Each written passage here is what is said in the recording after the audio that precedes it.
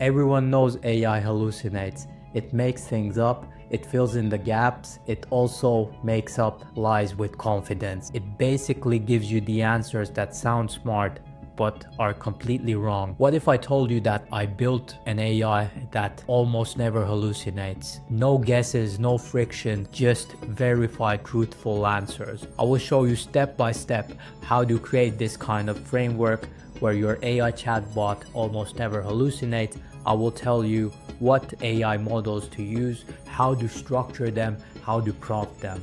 Let's go. Here is my AI consultant. Here is my AI chat that almost never hallucinates. So let's check it out. I'm gonna show you proof that it doesn't hallucinate before I tell you how to build this.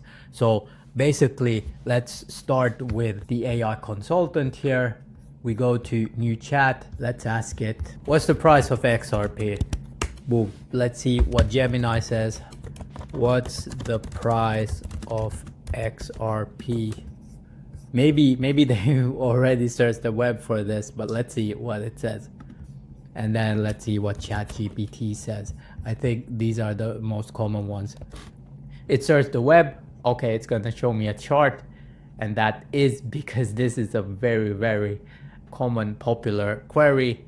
Gemini, as of October 6th, the price is $2.57. $3 in euros. And ChatGPT is not giving me the price in euros. So 256, okay, according to Google Finance. And 256 here, 257, okay. Vibe Marketing Metrics gives you the price, again in dollars, and then it gives you the daily increase. There's a broader trend with recent discussions about potential price movements towards 320 or even 4 depending on technical analysis and market conditions. So Vibe Marketing Metrics gives you a more extensive answer. It looks at the latest developments, the potential breakout, and then the actual sentiment. So analysts are bullish on XRP, with some predicting it could reach $4 or even $5.85 by the end of the year. The market activity is also given here, as of ChatGPT just gave the price and Gemini just gave one sentence price. Now let's have another example, the classic, how many raspberries in R? Let's see what Vibe Marketing Metrics says. Yes, so Vibe Marketing Metrics says that this is a very ambiguous question. There are a few interpretations.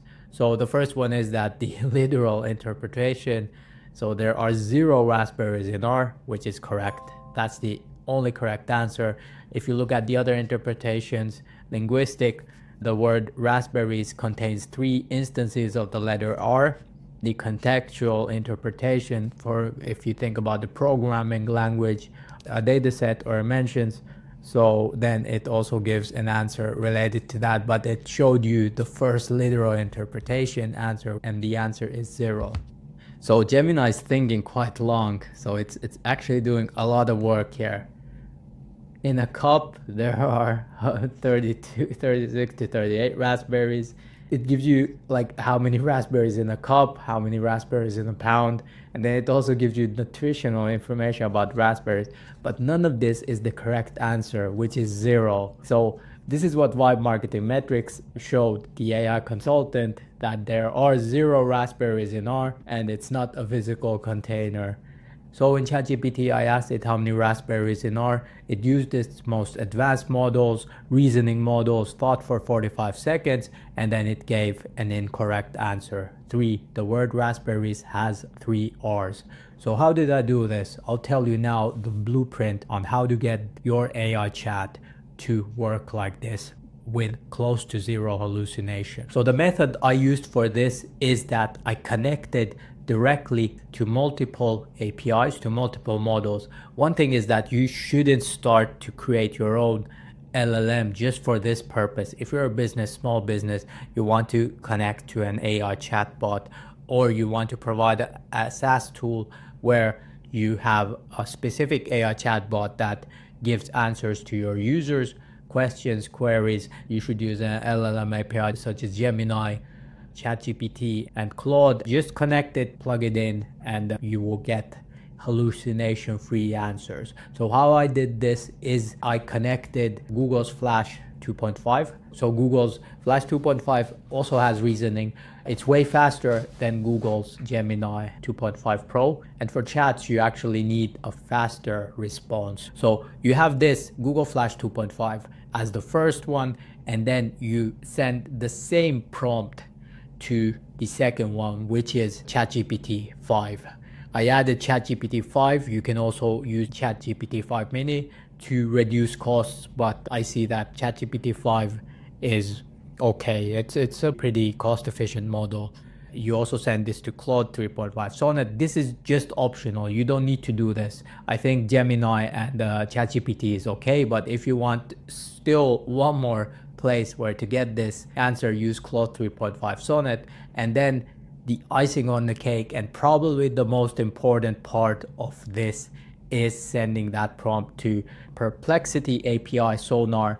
Means that you actually need to create basically API keys for all of this, but that's easy. It takes probably just 10 seconds to create the API key, then you're ready to go. So for Perplexity, I use Sonar. So I don't need to use Sonar Pro or reasoning or anything like that. Just Sonar, quick answer.